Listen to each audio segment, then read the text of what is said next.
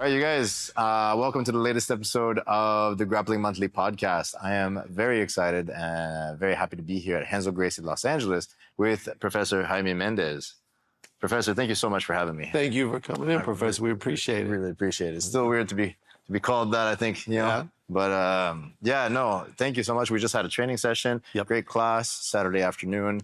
Now we get a chance to get to know you a little bit and the story of Renzo Gracie, Los Angeles. Yep, I'm an open book, nice. So ask whatever you want. Awesome, awesome. You guys, as always, if you're enjoying the content, or even if you're not, please, by all means, leave a comment, like and subscribe. Anything at all helps us on YouTube, Instagram, TikTok, all the platforms to keep going and keep producing jiu-jitsu content and telling jiu-jitsu stories, which at the end of the day is the idea here. So, all right. Without any further ado, let's get started. You got it. Let's do it.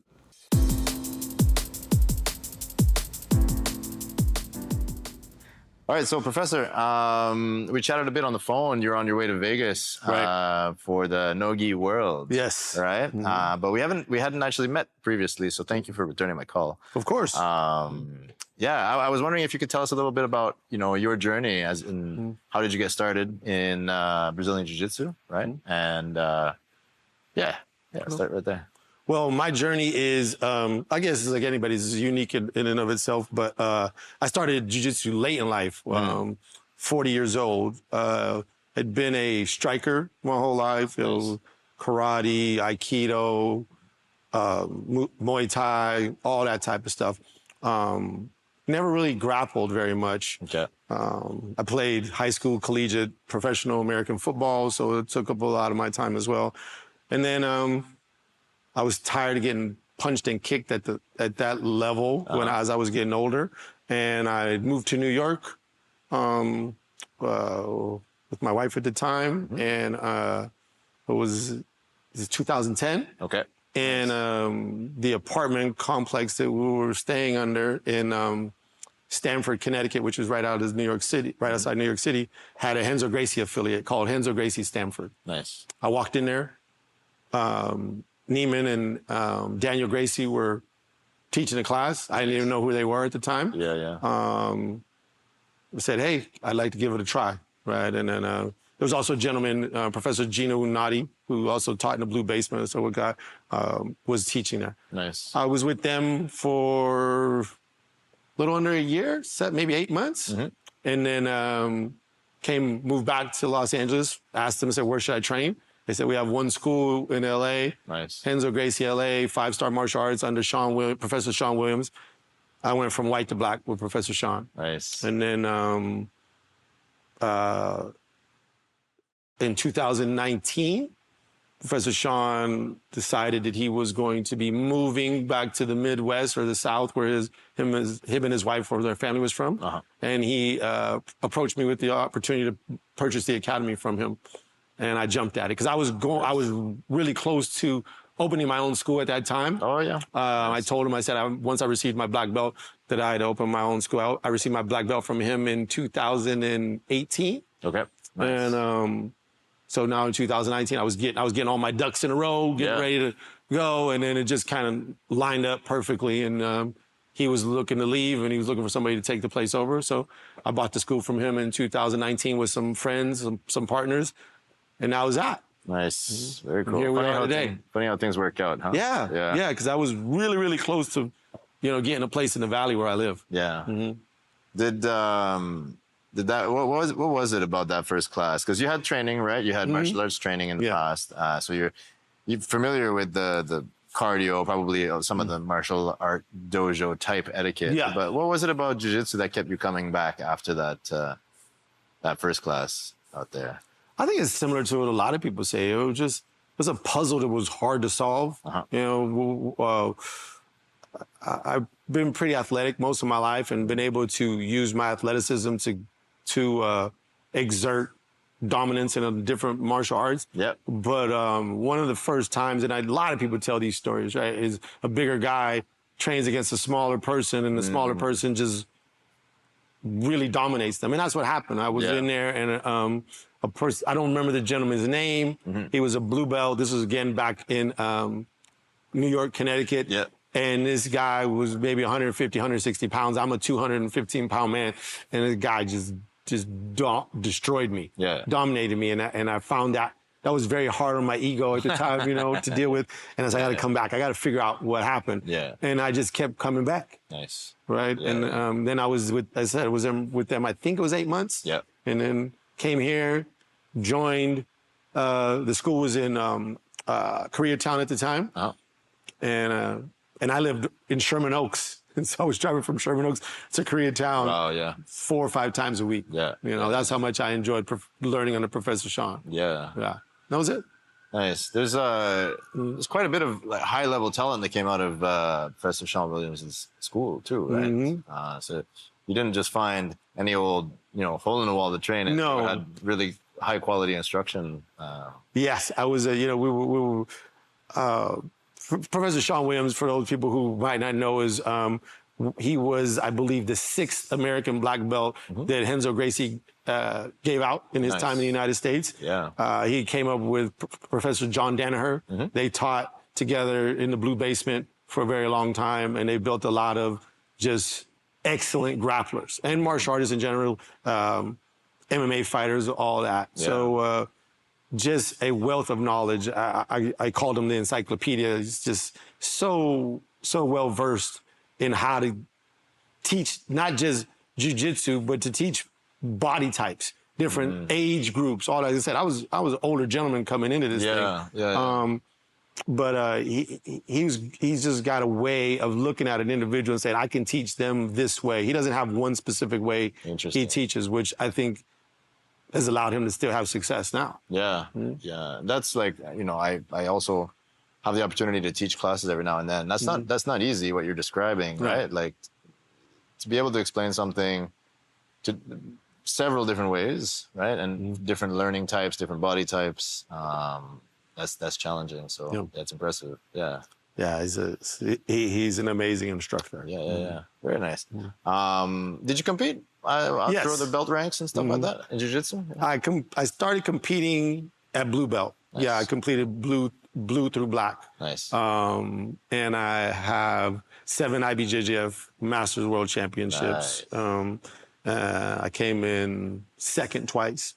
And and then I was getting older. I have a son and all those things. And so once I got 7, I was like, that's enough. And I just decided, and it was in the Masters division, obviously, but because like I said, when I started, I was 40.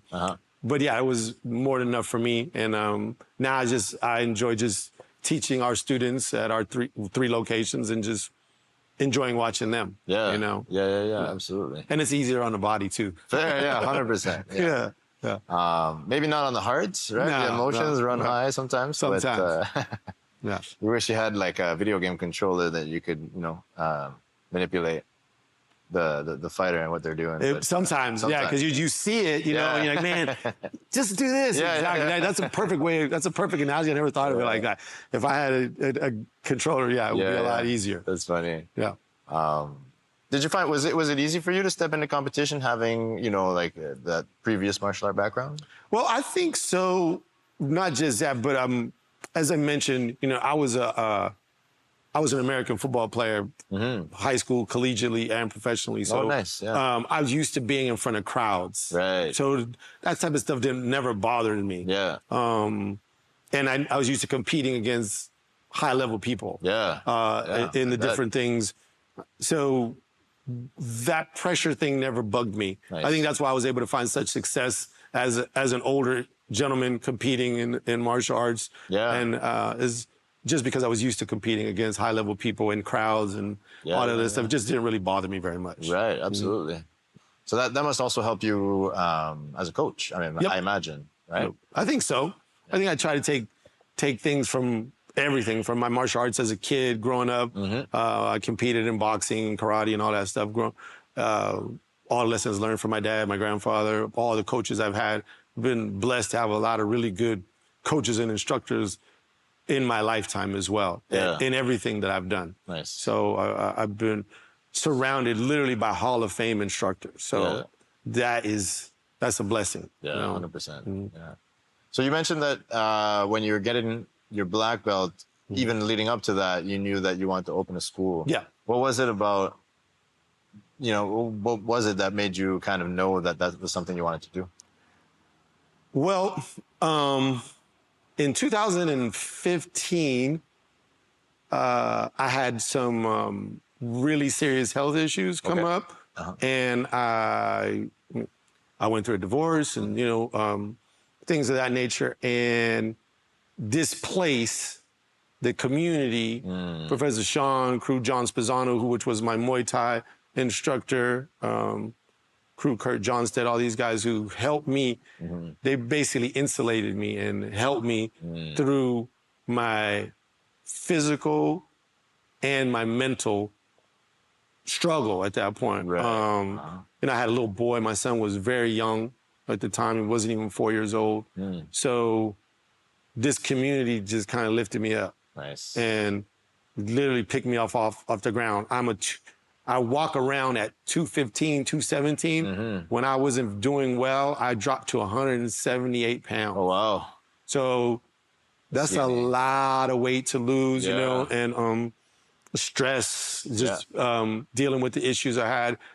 But these guys just kept picking me up and kept saying, keep coming. Yeah. I'll never forget what Professor Shawn said. He's like, just keep showing up. Yeah. He goes, I don't even care if you don't do anything on certain days. He goes, just keep showing up. And the same thing with Crew John, everybody was telling me that stuff. And these people just kept checking on me. Nice. And those sorts of things. And I was already in love with it at that point in time. But I thought to myself, I was like, this is what people need. We need these type of things. Yeah. And if I love the sport, I think I can coach it. I'd like to give it a go and make it my life. And I came to Professor Shawn at that time and said, hey, I want to start teaching. Yeah. Right after I started feeling better, I was like, can I teach? And he was like, yeah. And that was the beginning of it. So I taught for him. I literally taught for him for free. I said, I just want you to teach me, right? I'll teach for you. You don't have to pay me anything.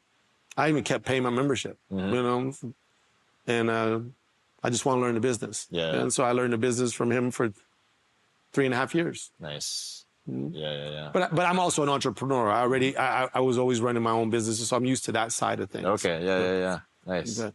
That's another thing that I think is unique about.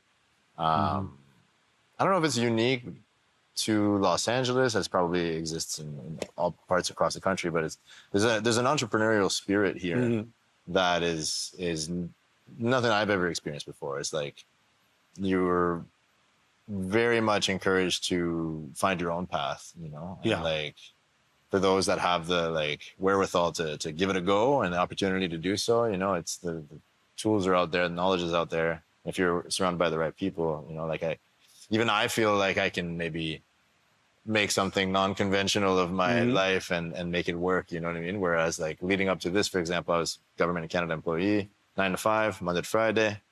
Laptop never followed me at home. It always stayed at the office, and there's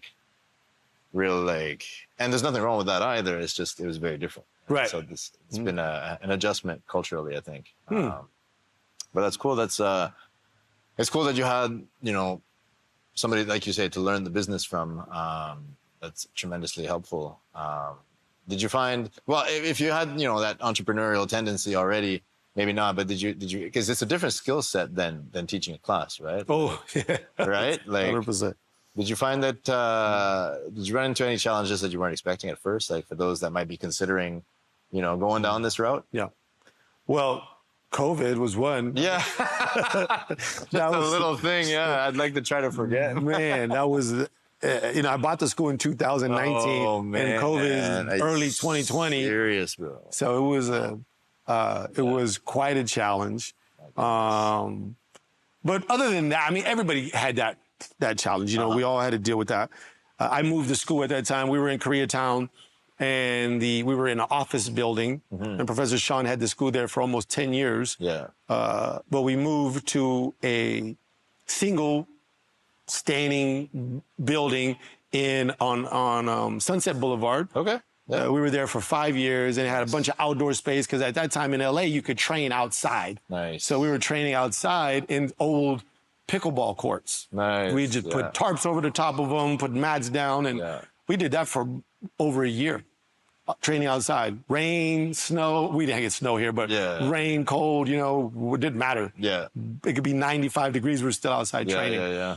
We did that, and then we got inside. That facility was really good to us. We were there for over 5 years, and then we moved into this facility, which you showed a little earlier, in August. Nice. When our lease was up at our old facility. And we're 1 block north of where we were before, which was really cool. We're really close to where we were. Yeah. And so August, and now we're in December. So we've been here for 5 months. Nice. Yeah. Congratulations on the spot, by the way. Thank you. Great. Yeah. Thank you very much. The storefront is maybe doesn't it's unassuming, and then you open the door and there's this great big well lit, open, high ceiling, clean training space, which is really great. So, yeah. Yeah, it's a good spot. This was a former dog hotel. A dog hotel. Yeah, it was a dog hotel, and nice. We took down one wall. Other than that, the place is what it was. It's about, I want to say, about 4,000 square feet, maybe a little over that. We have 2,700 square feet of training space, nice, which is pretty good, in this area. Absolutely. Yeah, it's a great spot. Yeah. Our other spot was bigger. It was about 6,000 square feet. Okay. But this is we have more than enough space to train here. Yeah, yeah. No, absolutely. And to be able to move just 1 block is pretty amazing, right? Like as far as keeping the student base and everybody's routines kind of intact. Yes, that was it was a blessing from God, in my opinion. Truly, we were. I didn't think we could find something in this area that was going to be able to accommodate us and serve us the way we needed to. Yeah. But literally 1 block. I mean, we were just a block down the street. Yeah.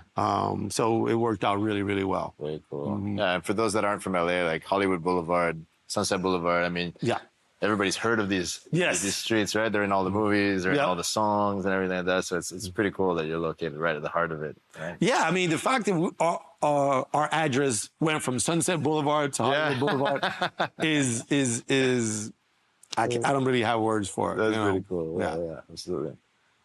Is there like a Renzo Gracie or a Shawn Williams methodology, or Jaime Mendez methodology that you apply to your classes, generally speaking?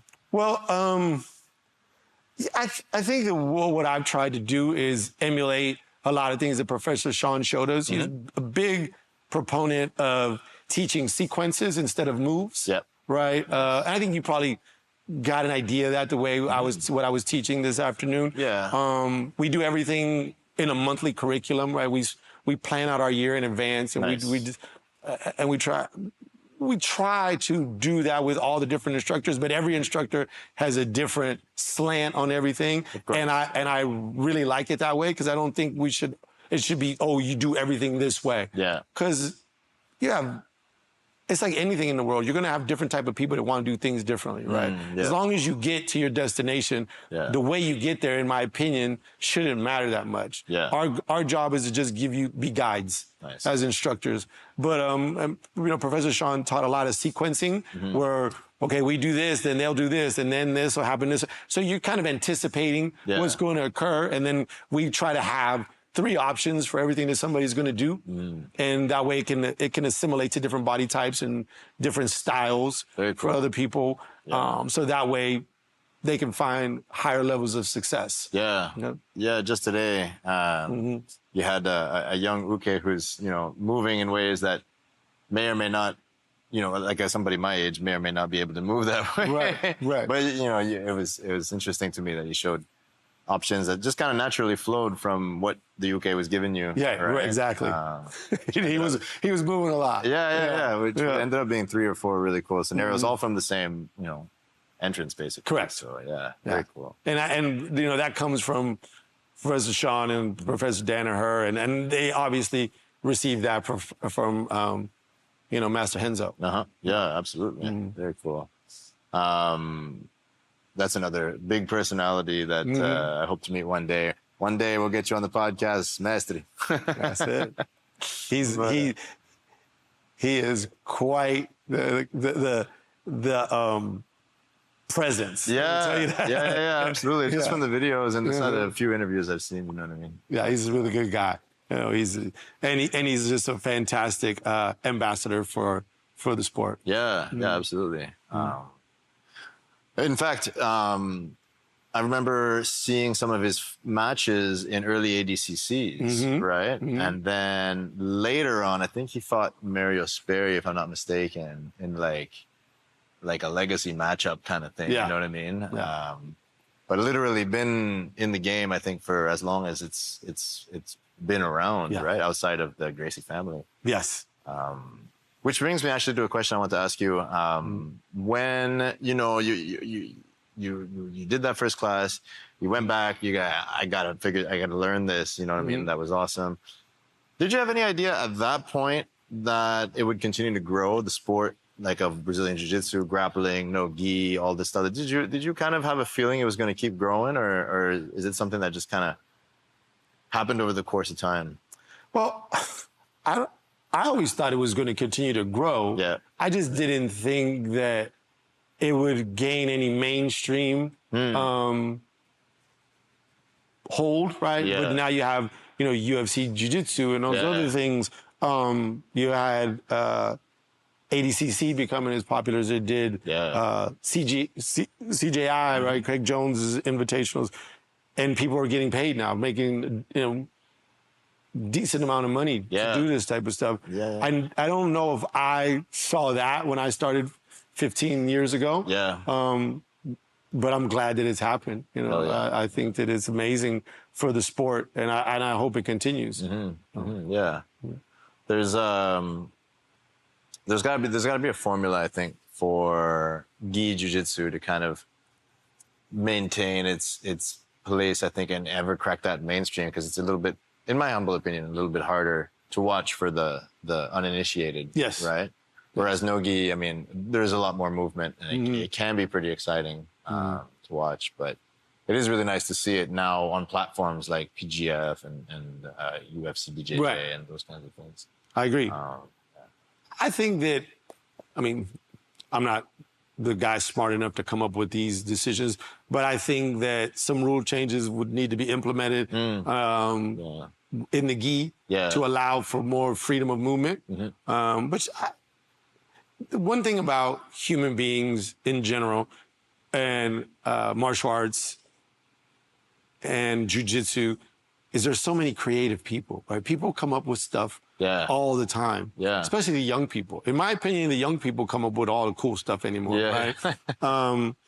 And I think it's our job as the elder statesmen of the art to embrace their creativity and not kind of just hold them down or push them down, because that's where where it comes from most of the time. Because so many of us older guys, and I'm not speaking for everybody, but there's so many of us that are kind of, this is the way we do jiu-jitsu, this is the way it gets done, right? And I think that just does the sport a disservice. But I have faith that some young person or a bunch of young people are going to come up with a cool way to get the gi back involved in the mainstream. I think that in here, we teach both.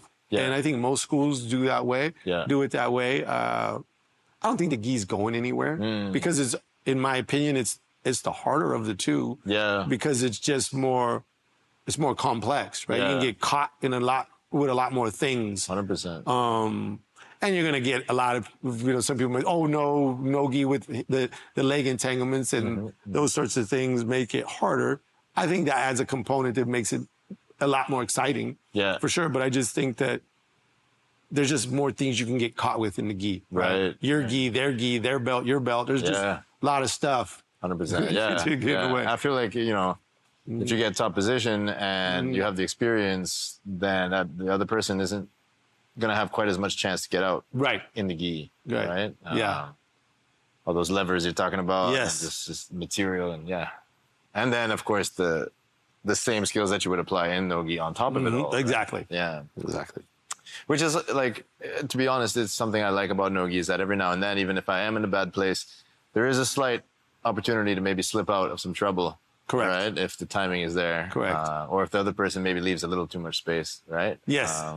That's the thing, I think, why no-gi is exciting, because it's freedom of movement. Right?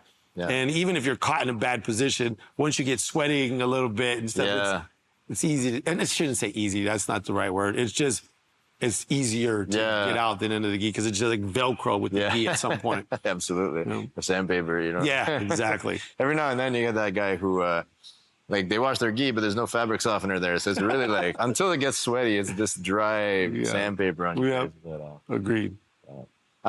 So when I started, I had a friend in Brazil, right? I lived a little bit in Brazil. And he was like, you got to learn this stuff. Like, you're living out here now, you got to learn this stuff. Right. And I really enjoyed it. So, of course, I was like, you know, where do I sign up kind of thing? And we were training just in shorts, no shirts. Okay. Right? So that was like, no gi, no nothing, right? Just the shorts. And that was even more slippery, I find, than now with like a long sleeve rash guard, right? Right. Which is kind of hygienic. Like, I don't mind having a rash guard on, to be quite honest. But I wonder sometimes, like, if some of my techniques would just not work, you know, because the whole upper body being sweaty, that's hard. Right? Like, it's hard to hold somebody down if you don't want to be held down. Right. Yeah. Well, in ADCC, a lot of people compete that way. Facts, yeah. Right. And I think it's a strategic advantage, in my opinion, the person who doesn't wear the shirt versus the person who does. Maybe not significant, but enough. Yeah. Right. At the super high levels. Yeah. Yeah. I think those guys are amazing. So any advantage they could get, I think, would be significant. Yeah. Do you find that it was like jiu-jitsu, and generally speaking, when you started, was it scrappier than it is now? Was it less technical or tougher, or was it different in any way than what we're training nowadays? I think today it's more dynamic. Yeah. And I think it's going to continue to do that. Right. I really think that it's like what I was saying earlier. Young people are so creative and they keep coming up with new stuff constantly. And I think that's just going to keep happening. Yeah. And with, you know, information being so easily and readily available because of the internet. And I find that the world now can come up with stuff, right? Before, in the early days, any martial art, because I've been training martial arts my whole life. Yeah. It was frowned upon for a very long time to train outside of your academy, dojo, school. And there may even be some places like that today. But to now, a person who's living in Malaysia could go online and learn from Gordon Ryan, John Danaher, Shawn Williams, Craig Jones, Lachlan Giles. He can learn from all these people just you just go online and get the information. So I think that then young people see that, or people all over the world see that, and their creative juices just start flowing, and they come up with stuff. Yeah. And they can become better, faster. And I think that just builds the whole sport up. Right. Right. Instead of, oh, you can only do it this way. I think that was kind of stifling. And I just believe maybe it was tougher, but I think it's much more dynamic now. Right. And that's a good point. Yeah. And that I think it's harder because there's so much more stuff to get caught with. Right. I find myself constantly learning, right? Constantly looking at video and reading and trying to pick up stuff from people, because my students come in all the time. Well, what about this? What about that? Yeah. You know? And I don't want to stifle them at all. So constantly trying to up my game. Yeah. You know, and it's not easy. Oh, no, absolutely not. Absolutely. I had, we got to find a way. I mean, it's maybe possible to write off jiu-jitsu instructional expenses as a business owner. Oh, yeah. It is education that's pertinent to your work, right? Exactly. Yep. I anecdotally, I'd swore to myself early on that I wasn't going to do that lapel shit. And then I'm threading lapels through. I'm learning this worm guard, just to slow down some of the like faster types, and turns out it's a whole lot of fun. Right? Yeah, so, it is. Yeah, so. It's a puzzle. Yeah, right. I had, I mean, you hear this analogy a lot, but I had a professor tell me one time, it was like, he's an older gentleman from Brazil, right? Who, one of my trips down there, he said, "No gi is checkers. Gi is chess." There you go. Yeah. I think to some degree that's true. But I've seen black belts train no gi and be dominated by blue and purple belts in no-gi that can get into legs, and you know, some of these older black belts who just never learned that side of things, didn't know what to do in the space. So 100%. you know, I just think we all should keep learning from each other. That's basically what I'm trying to say. I love that. That's, fundamentally, I think that's the best approach, right? Because keep an open mind, and I think, like I mentioned to you on the phone, you know, like I think I finally understand what I heard so many people say about getting that black belt, being the beginning all over again, right? Because it really does feel like a new beginning right now. And yeah, I've got some baggage, but very far from, you know, understanding it all, right? So, and then of course it always keeps changing, so you're never really going to learn it all. I don't know. Maybe it's a personality type, you know, that most of us share or something, but this fascination with like a never-ending pursuit of perfection. It's not like we're ever going to get there. No. But it's the journey, I guess. Yeah, that's what it should be, right? It should be about the journey, because I don't see an end to jiu-jitsu, right? And I don't see that about a lot of martial arts in general, because, you know, I consider myself a martial artist, not so much a jiu-jitsu person. I love jiu-jitsu, but you know, I train, like I tell you, Muay Thai, kickboxing, Aikido, karate. I love MMA, right? Train MMA, teach MMA, jiu-jitsu, all of them. But I think that jiu-jitsu is one of the martial arts that is just really expansive, and will add a lot of people much older, because it's something you can do safely as an older individual, right? Absolutely. So that's why I think the market will continue to expand at a really, really high rate. Yeah, that's such a good point.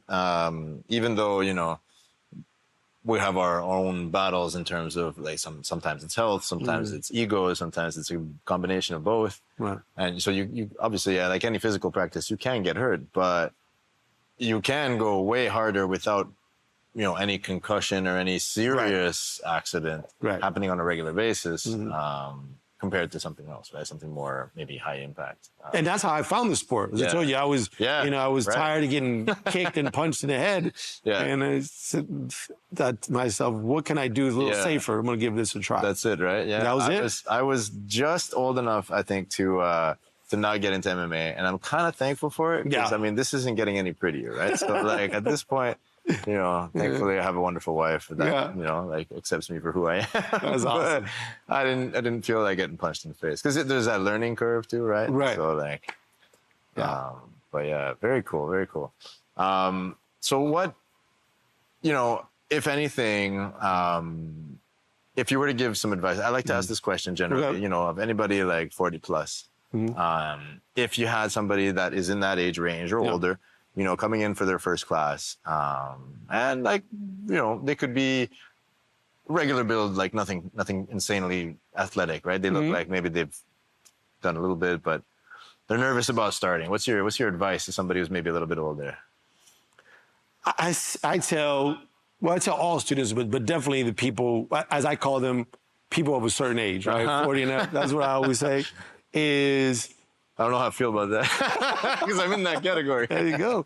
I've been in that category for a long time. Fair enough. Yeah. So what I try to say is, and let me preface this by saying, it's hard for people to hear this, but I'll tell them, look, don't compare yourself to the 25-year-old, the 20-year-old, the 18-year-old, the 30-year-old, any of them. You're here to be better than you are today, tomorrow. Yeah. That's it. Come in here,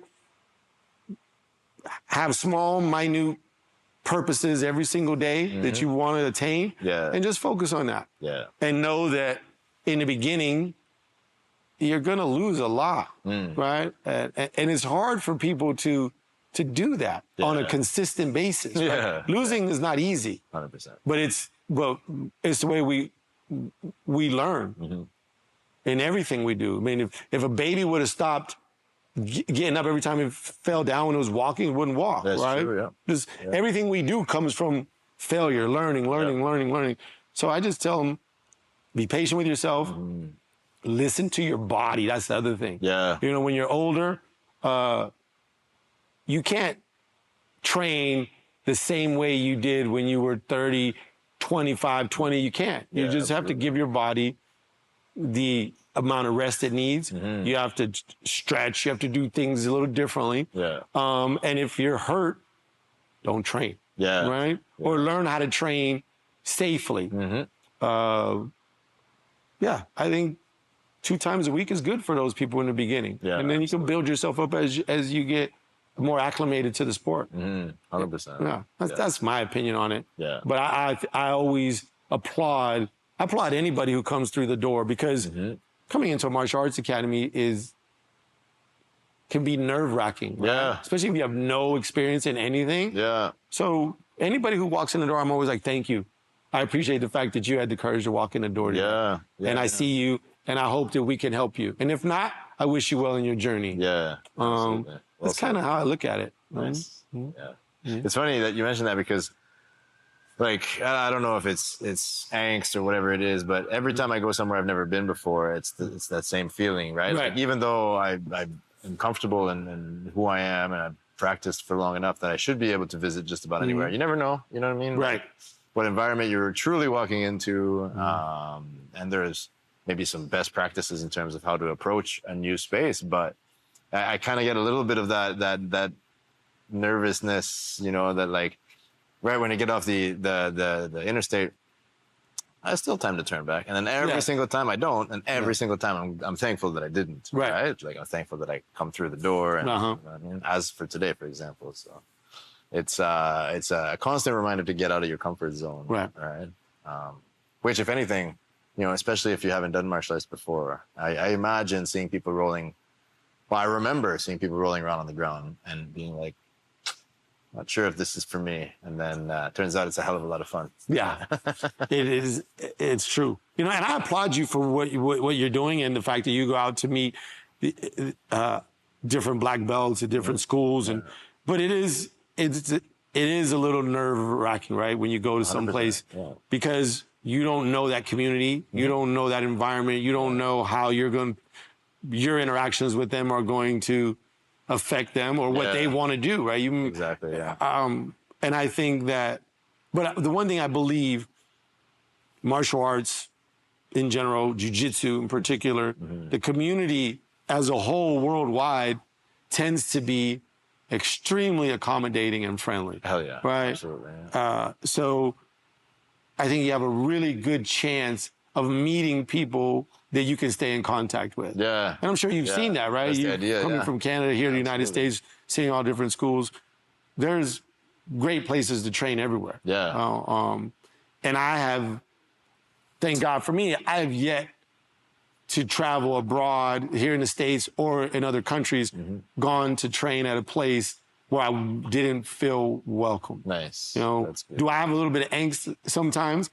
Sure. And now yours is probably a little different as a black belt when you walk into another academy. It's very different than walking in as a lower level belt, because you know, some of the students will treat you with reverence and not want to train or be very nice, or others will look at you like, oh, that's a black belt from another academy. Let me go and put a notch on my belt, right? So you have to be concerned about that to some. But I would say, again, in my experience, I've never had a problem. I've never had issue. Everybody's been very accommodating everywhere I've gone. Nice. I've had more problems in my own academy than outside. Fair enough. Yeah. I mean, that's from that perspective also, right? From your academy's perspective, like, you want everybody to come in through that door, but you also have no idea of their background, their story, whatever they're going through. And so, you know, do you find that the gym culture, like, how much, if you had to like allocate, you know, like your attention over a day, right? Like, how much of it is training and how much of it is all the other things, like the gym culture, the admin, the making sure like things are running, like? Well, for me at this point, or does that fluctuate?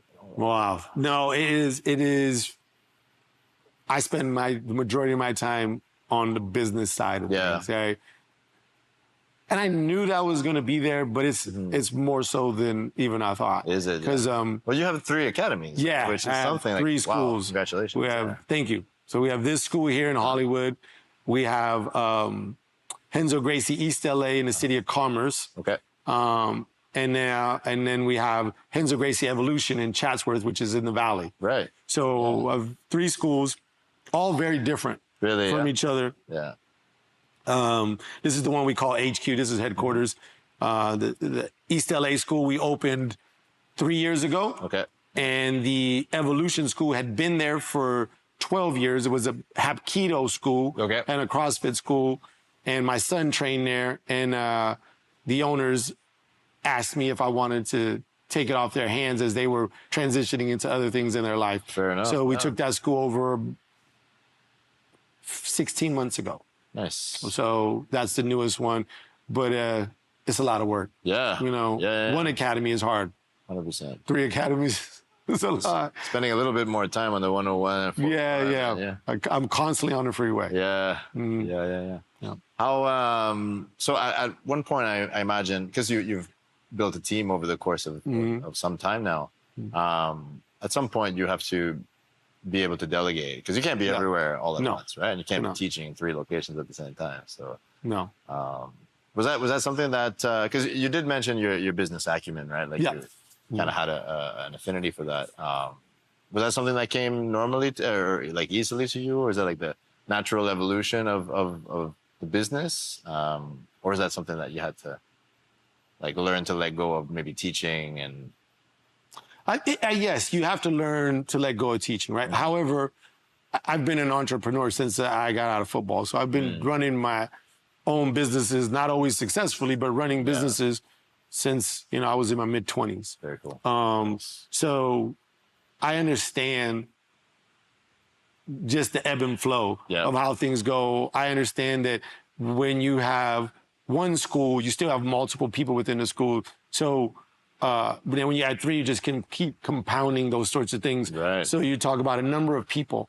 So within having, instructors at all those academies, students at all those academies, buildings, something is constantly going to be deficient. Something's constantly going to need your attention. And if you wake up every morning, oh my God, what's going to be the problem? You're going to burn out fast. Yeah. But what I try to do, I don't always do it, right? But it's always wake up.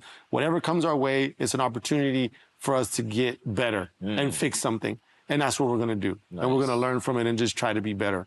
But yes, you have to delegate. You have to have good people. Yeah. I've had good people with me. I've had not so good people with me, right? There's parts of this business that are not exciting, not fun.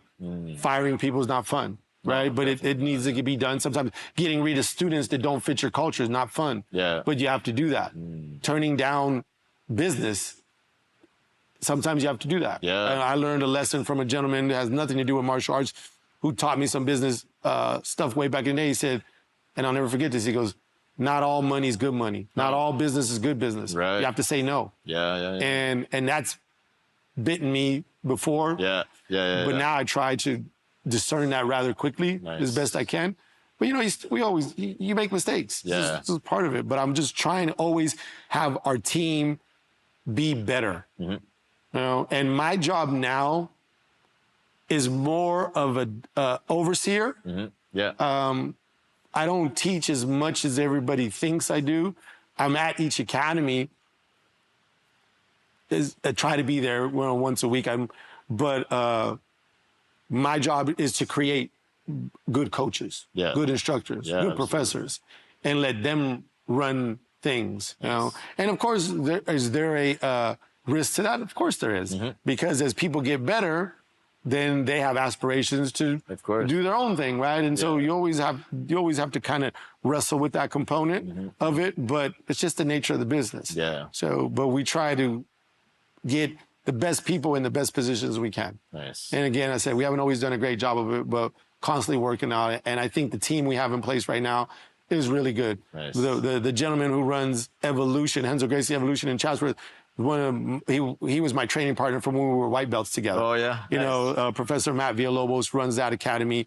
He's doing a fantastic job. The guys who run the East LA school for me, Coach John, Coach Eric, Professor Ilya, doing a fantastic job over there. You know, and the team here is doing great. And I have Professor Ilya teaches at 2 locations for me. He teaches a lot here. Coach Francis, who runs my Muay Thai program, is fantastic. Coach Jessica, who runs our youth program, that does a fantastic job. Nice. They all do a great job, man. I'm really happy to have them. And the administrative people I have, Greg at Evolution is amazing. Evelyn and Tony at East LA are amazing. And Gloria and Nathan here, they do an amazing job for me. Nice. Yeah, it's a team effort at that point. Yeah. Awesome. Is there like a tip or something that you found that works for you to kind of keep some measure of cohesion, like something that keeps it being Renzo Gracie, even if it's 3 different locations? Because like different teachers have different personalities, right? For example, you know, like if I'm following your curriculum and I might have a perspective on something, right? And then convey that in the class. And those are little things, but then on the grander scheme of things, like, you know, there's probably a way that you like for people to be greeted when they arrive, you know, set up with their, maybe a rental uniform or whatever, you know, like that first experience, right? Like, how do you approach having that be kind of uniform in the 3 different locations? Or is that not the approach? Like, do you prefer them to be more independent? I'm just curious from like a... No, it's a great question. We do a few things. We have an idea, right? A sketch of what I want. Nice. This is what we want. Say hi to everybody when they come in the door. Smile, right? Say goodbye to people when they leave. And yes, we have rental equipment and we try to keep it clean and all those sorts of things. However, the 3 academies are very different from each other. So yes, we have those things in place and they all do those things, but then they all add their own personalities to that. Right? For instance, we're in Hollywood at this point. The demographic here is very different than in East LA, which is very much a Latin, middle class, hardworking community. This is a very, you got a lot of actors, musicians, entertainers, models, business owners. A lot of this community is, and a lot of transplants in this community right here in Hollywood. So the demographic here is much more expansive. That makes sense. In East LA, the community is very Latin, right? Very middle class, hardworking. You know, the people there are very specific. Here, it's much more a melting pot. And then in Evolution, it is Chatsworth, more upper middle class, high wage earners, families. Again, different demographics. Right? Totally, absolutely. So each school kind of works a little bit independently in that regard, and I'm fine with that. You know? Well, that, if anything, it makes sense. Keeps you flexible, adaptable, right, to different settings as you're describing, right? Which I hadn't considered.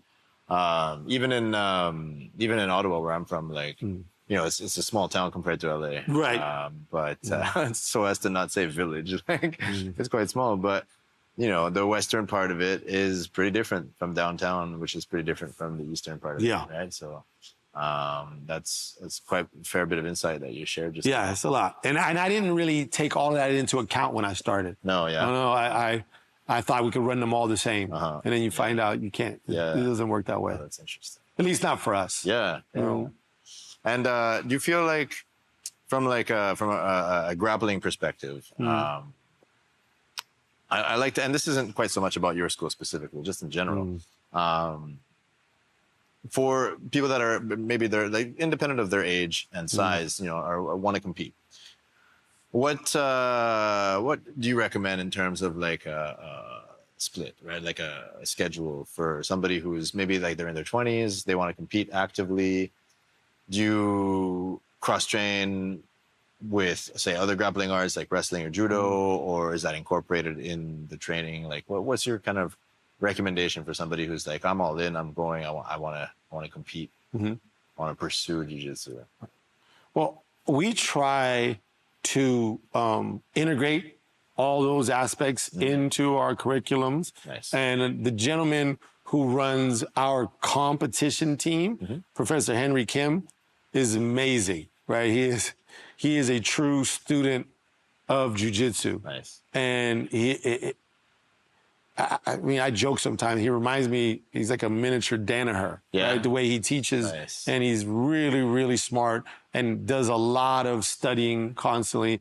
And he integrates all aspects of grappling into jiu-jitsu with our team. Nice. And our team is a young team, meaning a lot of white and blue belts still. Some purples, because all the old horses like myself no longer compete. You know, so our competition team is full of, I think we have a handful of purple belts now, but the majority of them are white and blues, but they are doing extremely well. Nice. And it's because we integrate everything. Leg entanglements, right? Wrestling, grappling, jiu-jitsu, trapping, all these things are integrated into the curriculum. Nice. That's well, you spoke to it earlier, right? With your being a student of the game, and also an approach that is open to these innovations, right? That we're seeing, because you're absolutely right. Like, you know, you couldn't. There's some fundamentals which I think, you know, correct me if I'm wrong, but like some fundamentals I think you can't not learn, right? Like you definitely should, but you know, you don't want the first buggy choke you ever see to be when you're side control on top and in the competition, right? You don't want to have them like no concept of it whatsoever, because you'll get caught, right? Correct. There was a friend of mine, well, one of the black belts in Pasadena under Legacy, Brian Gregerson. He mentioned to me, like, you know, these one-off, because I asked him, he's this big fan of Roger Gracie, right? Don't know if you've ever heard of him. No, yeah. But, you know, I asked him if he thought that Roger could still, you know, take on the best of the best.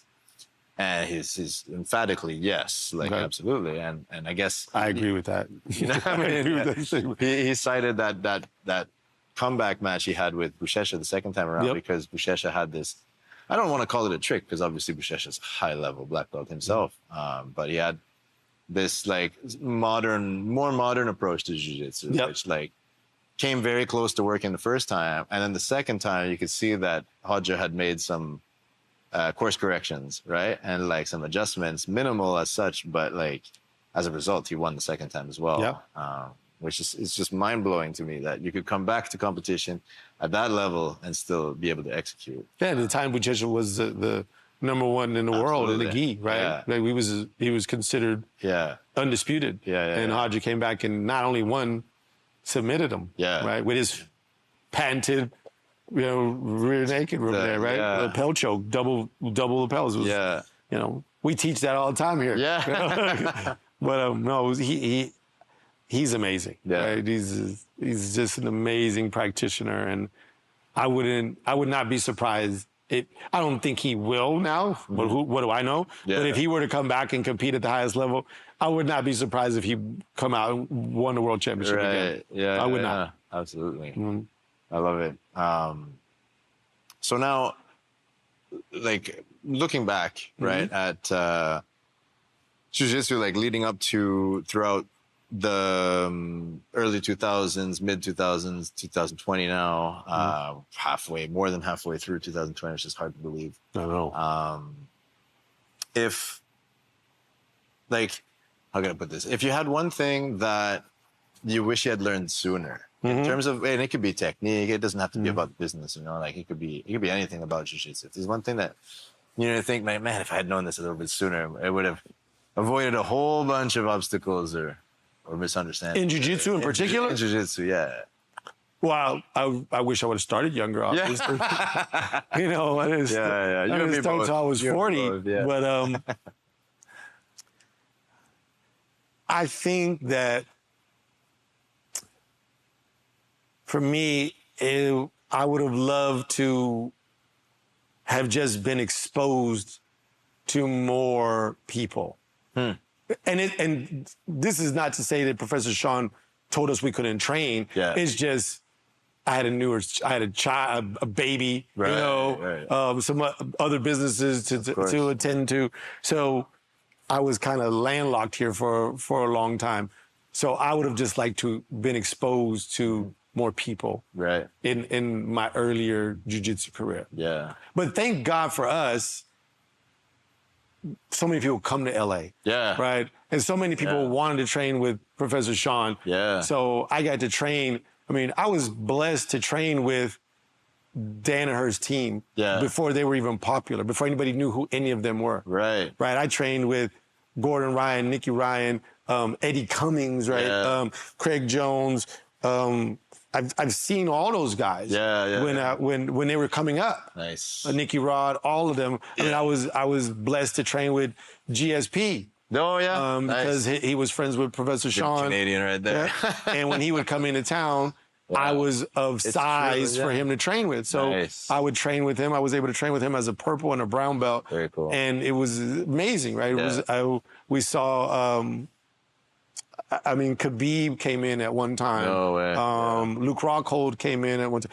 I've trained with some really, really good people from all over the world who've come to the academy. Yeah. And it was amazing. That's cool, yeah. Yeah, LA is this like epicenter of just, martial arts. We were talking earlier, right? Yeah. Like, not just jiu-jitsu, but like the All Valley Karate tournament. Right? Yeah, make movies about that. Exactly, stuff, right? absolutely. And and then I'm driving on Ventura Boulevard. I'm like, wow, this is actually where the movie's set. But boxing, right? Massive Mexican American and American. At this point, Russian and other ethnicities, Armenians that. Wrestling pedigrees from all these different places. Like Los Angeles has got so much. And then you mentioned it, like 2 hours down the way is San Diego, and in between San Diego and LA, you got Oceanside and a whole bunch of other. You know what I mean? Like it's so many good places. It's crazy. Yeah. Yeah. I mean, San Diego, geez, yes. So much good jiu-jitsu in San Diego. Atos, and in between, in Orange County, you have AOJ and all those people, right? Which is just absolutely amazing. Absolutely. Just so good. Yeah. There's so much good martial arts, jiu-jitsu in particular here in Southern California. Yeah. You could throw a rock, as I was saying, and find a good school to train at. Speaking of which, like I'm curious your take is on, because you mentioned like you never had a bad experience, right? So I think a lot of that is on you, like because you're probably not a jerk when you go to somebody else's house, right? Like if they take their shoes off, you're taking your shoes off. At least you strike me as the type of person that's attentive to these small details that often go a long way. But once you're on the mat, you're speaking the same language as everybody else who's on the mat, regardless of what country you're in. But like, what is it about jiu-jitsu that makes it that like common language? Is it just martial arts in general? Is it the fact that you're sweating on each other? Like, you know what I mean? Like, what is it that like once you're on the mat and the class is started, you could be in Taiwan, you could be like, it doesn't matter where you are. Right. I'm not certain, other than I think that, and again, this could be somewhat naive, but I just believe there's a lot of really good instruction nowadays. I'm sure there always has been, but I just think that, and there's a business component to it as well. Right. Because if you're mean or hurtful, you're not going to gain students. I think people become much more wise from that perspective, right? Their business acumen in and of itself changes because they need students in the door to keep the lights on, right? And feed their families. And those, I think that's a piece of it. And I think the fact that just people are traveling and training at other places and understanding that there's a right way and a wrong way to do that. Yeah. That's a good point. So you have a lot of really good Sifus, masters, professors, whatever you want to call them, leading the right way. I think there's way more of that now, which is helping. Right now, I mean, have I had bad experiences? Yeah, but I could put them on one hand. Right. Because as you said, when you walk into somebody else's house, you're polite, respectful, right? Be humble. Like you and I rolled, you saw, I'm very, very, I'm not trying to fight anybody. I just want to flow and see what somebody can teach me and show me. Right? And then move and create movement. I don't really have an ego in this. There was a time I probably did, but I don't.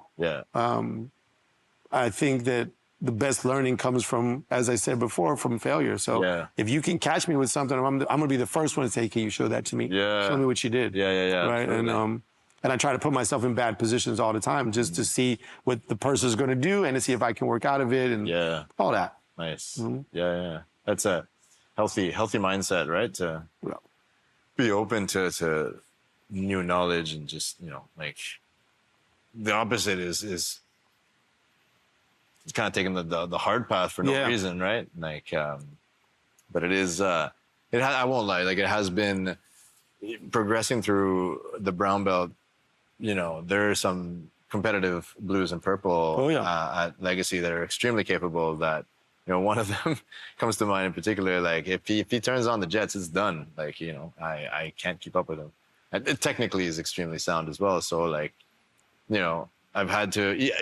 I think sometimes I don't have an ego, and then turns out like there's that fine. I don't know if you agree, but there's like a fine line between like a healthy ego, the one that'll like is part of that dog that's in you that won't let you just give up.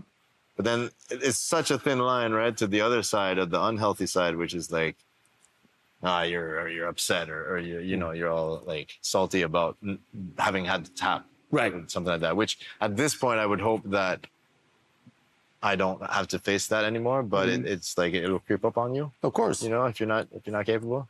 I think that happens to all of us. Right? I think that's just being human. But yeah, it takes, you know, it takes time to get rid of that or let it go. And heck, I still, if there have been times, you know, in the last couple of years when I've trained with some people and I've gotten caught, and it ruminates in my head. You know, like how did that happen? Right, when they're dealing with black belts and stuff of that nature, it's like how'd that happen? And I still have that competitive juice in me, but at the same point, I'm never going to be mad at them. It's like, you got me. Right? And I'm not the type of guy who will downplay when somebody does something to me. Right. You know, I'm not the guy. Okay, wait a minute. I was just doing this. I was just playing. Or I'll stop. You know, one of those guys. Oh, wait, let me show you. No. We've all had that. I tell people constantly, if you get me, you got me. And I try to go out of my way as the leader of these 3 academies to lead from the front in that regard. Nice. So we all will get caught. And when we do, acknowledge that to the person who caught you and learn from it. Okay? Yeah, absolutely. I don't, some people would disagree with that. That's okay. I know I run these 3 academies my way. And it works for us. Nice. Okay? It's hard to argue with, to be honest. No. I think that, again, healthy approach, right? Like, but so I mean, tell us how we get in touch with you, what the website is, where the locations. I mean, you mentioned the locations, but how do we get to train with you and the team at Renzo Gracie Los Angeles? All right, well, this is Renzo Gracie Los Angeles. We're in Hollywood. Our address is 5203 Hollywood Boulevard, Los Angeles, California, 90027. We are on the corner of Hollywood and Hobart. We train 7 days a week, or open from 7 a.m. to 9 p.m. Monday through Friday, and then the weekends we are from 8 a.m. to about 2 p.m. The website is RenzoGracieLosAngeles.com. All of our social medias, Instagram, Facebook, is all just Renzo Gracie Los Angeles. So you can find us there. Our other 2 academies are Renzo Gracie East LA and Renzo Gracie Evolution. The websites are the same. Renzo Gracie Evolution is at 9745 Independence Avenue in Chatsworth, California, 91311. Nice. And Renzo Gracie East LA is at 6132 East Washington Boulevard in Commerce, California, 90040. I know all the nobody's going to say you don't know your business. I know my businesses, That's awesome. We'd love to have anybody who wants to stop through. We just love meeting new people and training with them and learning from other people to come in. Absolutely. You know? So, I highly recommend you guys. Very positive experience right from the jump, and great training environment, great quality training. So absolutely. second. This is your first testimonial live. Appreciate it, Professor. Thank you. You so much. I really appreciate you taking the time. Thank you so much. It was my pleasure, and I hope to see you again. Yeah, absolutely. All right, let's do it. Os.